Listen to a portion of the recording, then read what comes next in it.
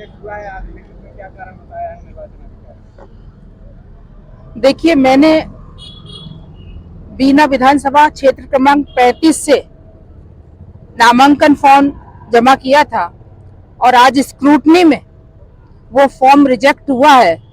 और रिजेक्ट होने का कारण उन्होंने जो बताया है, वाकई में बहुत ही दुर्भाग्यपूर्ण हम बहनों के लिए, कि हम बहनें एक राज्य से दूसरे राज्य में पूर्ण हिंदू रीति रिवाज के साथ शादी करके इस राज्य में आती हैं और इस राज्य की सारी जो कर है, आय कर है, हमारा पैन कार्ड, आधार कार्ड, वोटर कार्ड, सब इस राज्य का है।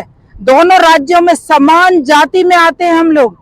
एससी कैटेगरी को बिलोंग करती हूँ मैं। नोटिफाइड शेड्यूल्ड कास्ट की लिस्ट में दोनों ही राज्यों में, राजस्थान और मध्य प्रदेश दोनों ही राज्यों में वो जाति एससी में आती है।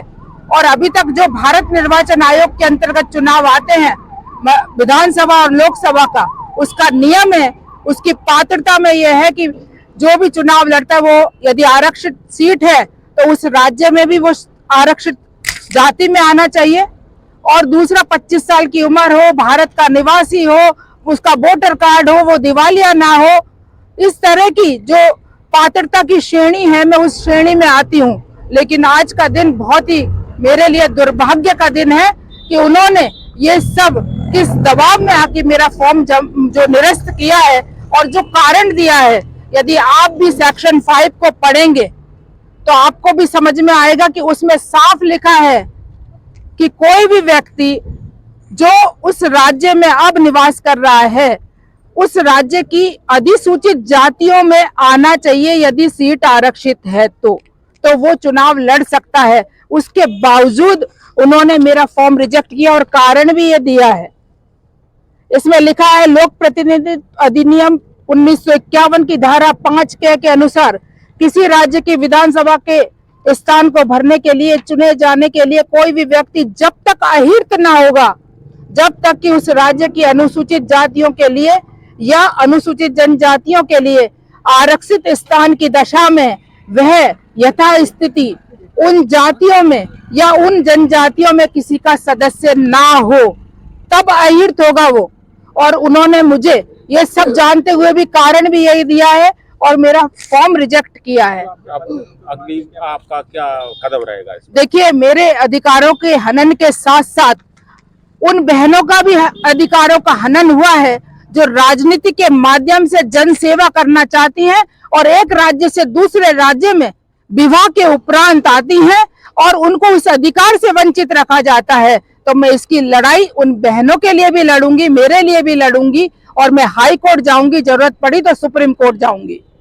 अच्छा मैडम, ये बताइए, आप चुनाव आप क्या भारतीय जनता पार्टी की तरफ से भरा था क्या आपने पर्चा, या निर्दलीय के रूप में? देखिए, मैंने भारतीय जनता पार्टी का, हमारा जो कैंडिडेट था वो अलग था। मैंने निर्दलीय के रूप में ये फॉर्म केवल क्योंकि मुझे मौखिक रूप से रिटर्निंग अधिकारी ने सागर बुलाकर 3 दिन पहले कहा था, मैडम आप चुनाव नहीं लड़ सकती। अब किस दबाव में कहा ये मैं नहीं जानती। वही अधिकारी 20 दिन पहले जब मैं गई थी तो मुझसे कह रहे थे कि आप चुनाव लड़ सकती मैडम, आपको कोई नहीं रोक सकता, आप तो धरने पे बैठ जाना यदि कोई आपको रोकता है तो। वही अधिकारी।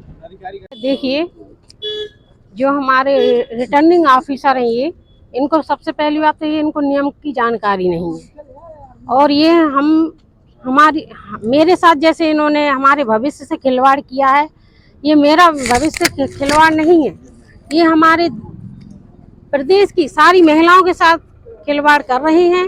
और इस लड़ाई को मैं जब तक इसका सही निर्णय नहीं आ जाता, मैं हाई कोर्ट और सुप्रीम कोर्ट तक जाऊंगी।